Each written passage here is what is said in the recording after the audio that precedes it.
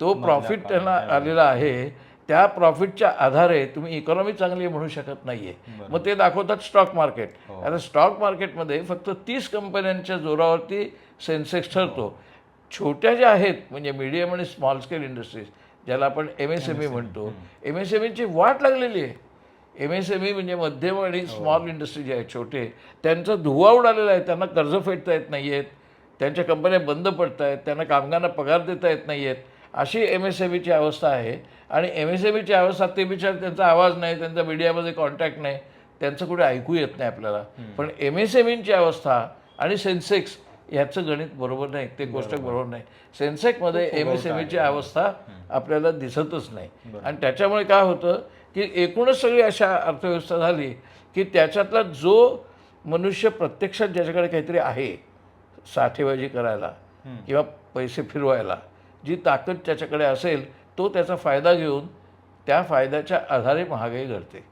त्याच्या साठेबाजीमुळे, त्याच्या धोरणांमुळे, त्यालाच मदत झाल्यामुळे जी न दिसणारी टंचाई अशी तयार होते. त्या न दिसणाऱ्या टंचाईतनं एक महागाई तयार सुरू होते. कारण मग भावच वाढतात. मग भाव वाढल्यामुळे टंचाई, असं ते गणित आहे. पण मग ही जी सगळी नकारात्मकता आहे ती या अशा दिखाव्यानं लपणार आहे का? आपले मुख्यमंत्री बाईक वरनं सवारी करतायत, अनेक लोक सांगतायत की आम्ही आमचा विदेश दौरा कॅन्सल करतोय वगैरे वगैरे. तर ह्याच्यातनं जे आपण ठिगळे लावतोय त्यामुळं हे काय माहिती आहे का, ताटामध्ये तुम्ही लोणचं कमी खा, चटणी कमी खा, म्हणजे डाएट नाही होत ना. बरोबर. लोणचं कमी खाऊन आणि चटणी कमी खाऊन आणि मीठ न लावता तुमचे बॉडी वेट कमी होणार नाही आहे. तुमचं डाएट टोटल पाहिजे, टोटल फूड. तसं यांचं काहीच नाही आहे. हे असले आणि देशातले किती लोक फॉरेनला जातात, किती, कोणी शेतमजूर, कोणी शेतकरी, कोणी क्लार्क, कोणतरी मध्ये कुठच्या तरी ट्रॅव्हल कंपनी मार्फत कुठेतरी जातात.